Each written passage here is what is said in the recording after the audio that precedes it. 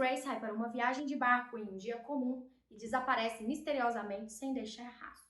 Este caso intrigante mobilizou buscas inovadoras e permanece sem respostas até hoje. James Gray, também conhecido como Jim, nasceu em 1º de janeiro de 1944, na cidade de São Francisco, Califórnia, nos Estados Unidos. Ele era filho de Anne McMullen Gray e James Evan Gray. Sua mãe era uma mulher dedicada à família e teve grande influência na vida de Jim. Já sobre seu pai não se tem muitas informações. Ele cresceu na região onde nasceu e em um ambiente que valorizava a educação e a curiosidade intelectual. Desde cedo, James demonstrou um talento natural para resolver problemas e o interesse crescente por matemática e ciências, áreas que eventualmente moldaram sua trajetória acadêmica e profissional. Embora não haja muitos detalhes amplamente conhecidos sobre os seus primeiros anos de vida, sabe-se que Gray era fascinado por tecnologia e sistemas complexos, algo que começou a se manifestar ainda jovem. Ele estudou em escolas locais antes de conseguir ir para a universidade. Falando um pouco sobre sua vida universitária, Jim entrou para a Universidade de Berkeley, na Califórnia. Gray começou sua jornada acadêmica com foco na matemática, uma área que lhe proporcionou uma base sólida para raciocínio lógico e abstrato. Ele deu continuidade aos estudos com mestrado e doutorado ainda na Universidade de Berkeley. Sua tese de doutorado foi concluída em 1969. Já demonstrava sua inclinação para sistemas distribuídos e bancos de dados. Durante sua formação, Gray trabalhou ao lado de alguns dos maiores pesquisadores da época, o que influenciou diretamente no seu estilo inovador e colaborativo. Ele participou de projetos pioneiros, começando sua reputação como alguém que não apenas entendia de sistemas complexos, mas também era capaz de otimizá-los. Após sua formação, ele passou a trabalhar em empresas líderes de tecnologia, como a IBM, a Digital Equipment Corporation e posteriormente na Microsoft. Falando um pouco sobre o seu casamento, James era casado com a Donna Carnes, que é uma escritora e poeta. O relacionamento deles era marcado por uma parceria sólida e um profundo respeito mútuo. Donna, além de sua carreira literária, ela era uma presença constante no suporte às iniciativas e carreiras do marido, ajudando a criar um equilíbrio no trabalho intenso de Jim na área da ciência da computação e sua vida pessoal. Não há informações amplamente disponíveis sobre a data do casamento deles, mas o que se sabe é que eles mantinham uma vida mais reservada, com poucos detalhes divulgados.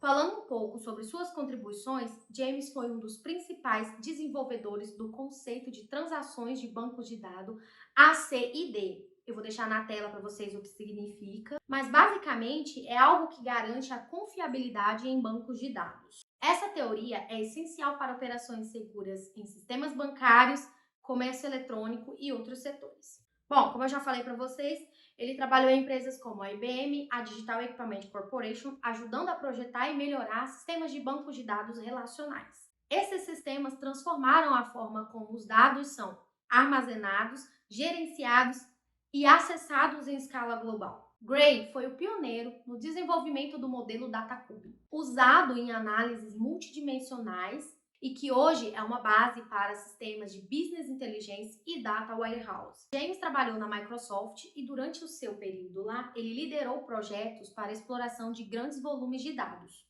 incluindo o Sky Server, que é uma plataforma para gerenciamento e análise de dados astronômicos. Esse projeto permitiu que os astrônomos tivessem acesso a dados massivos de forma estruturada. Ele também ajudou a conceber ferramentas para simplificar a automação e a integração de sistemas distribuídos, estabelecendo fundamentos que mais tarde seriam aplicados em computação em nuvem. Ele recebeu o Prêmio Turing em 1998, que é a maior honraria da área da ciência da computação, por suas contribuições fundamentais à pesquisa de bancos de dados e sistemas distribuídos. Seu trabalho teve impacto direto em diversas indústrias, desde serviços financeiros até a tecnologia da informação e pesquisa científica. Gray não apenas transformou a computação como disciplina, como também deixou seus conceitos acessíveis e práticos para aplicações no mundo real, deixando um legado imensurável. Bom, vamos falar um pouquinho sobre a morte da mãe do James, a Anne McMullen. Infelizmente, os registros públicos acessíveis não especificaram a causa da morte dela e nem a data. O que se sabe é que ela morreu um pouco antes dele desaparecer. Após a morte da sua mãe, James planejava espalhar as cinzas dela perto das Ilhas Faroe que fica a 30 milhas a oeste da ponte Golden Gate. James desapareceu no dia 28 de janeiro de 2007, em um domingo, e ele pilotava o seu barco chamado Tenácio. O barco tem um casco vermelho com listras laterais prateadas e brancas e um mastro preto. Gray foi ouvido por sua família pela última vez na manhã do dia 28 de janeiro de 2007, quando ele ligou para sua esposa e filha pelo seu celular. Jim era um navegador experiente e conhecia bem a região. O tempo estava super tranquilo e bom para navegação e o trajeto era simples e fácil para alguém com a sua experiência. As condições de navegação naquele dia eram excelentes. O mar estava calmo, a visibilidade estava boa e não havia mau tempo. Sua última comunicação efetiva foi quando ele ligou para a guarda costeira para informar sua posição e depois não teve mais comunicação, não houve mais nada. Sua ausência foi notada por sua esposa quando ele não retornou no horário esperado e nem atendeu seu celular. Então ela o denunciou como pessoa desaparecida na noite do dia 29, na segunda-feira, às 8h35. Falando um pouco para vocês sobre a procura por ele, a esposa do Jim notificou a guarda costeira, que imediatamente começaram uma busca por ele por toda a costa da Califórnia, cobrindo 300 milhas, sendo 132 milhas quadradas ao total. No entanto, eles cancelaram o esforço 4 dias depois, por não terem encontrado nenhum vestígio do Jim e nem do seu barco Tenácios. Helicópteros, barcos e até satélites comerciais foram usados para vasculhar uma área de milhares de quilômetros quadrados no Oceano Pacífico. E depois que o primeiro dia de busca por ele não resultou em nada, vários amigos dele e conhecidos, que eram figuras importantes da tecnologia, se juntou e organizou esforço adicional para tentar buscar ele. Eles se prepararam, né, de uma forma que eles conheciam melhor, que era de forma tecnológica, analisando imagens de satélite, buscando por recursos inovadores da época. Inclusive, foi usado o próprio recurso do Jim, que ele montou para análise de imagens. Então, assim, o próprio trabalho dele ajudou na busca pelo corpo dele, por ele ou pelo barco dele, inclusive. O Mike Olson, da Oracle Corporation, foi o porta-voz, né, dessa busca. E ele disse que nem precisou de muito esforço para juntar pessoas para buscar por ele, pelo amigo dele.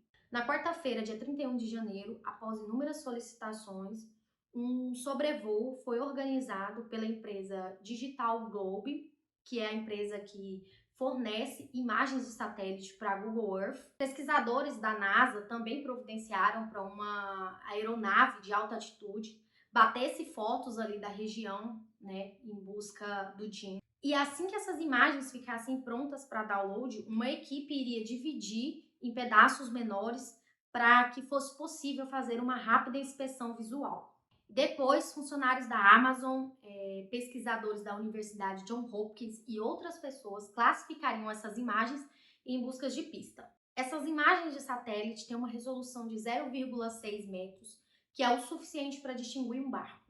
Para identificar rapidamente possíveis hits entre centenas de milhares de imagens resultantes, elas foram armazenadas em um sistema da Amazon chamado Mechanical Turk, originalmente projetado para agilizar tarefas que são difíceis para computadores, como, por exemplo, distinguir um conteúdo adulto de outras imagens. E a equipe da Amazon exibiu essas imagens online para vários voluntários ajudarem na classificação.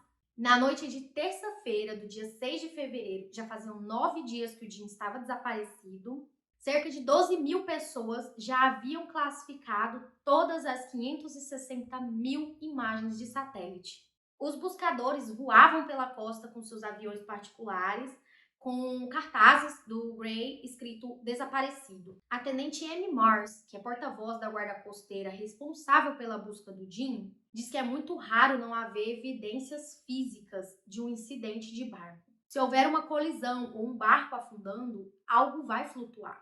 E ela ainda observa que o clima estava muito bom para navegação. Essa foi a maior busca privada já feita por alguém desaparecido. Infelizmente, em especulação sobre o destino de Gray, casos que duram muito tempo raramente são resolvidos.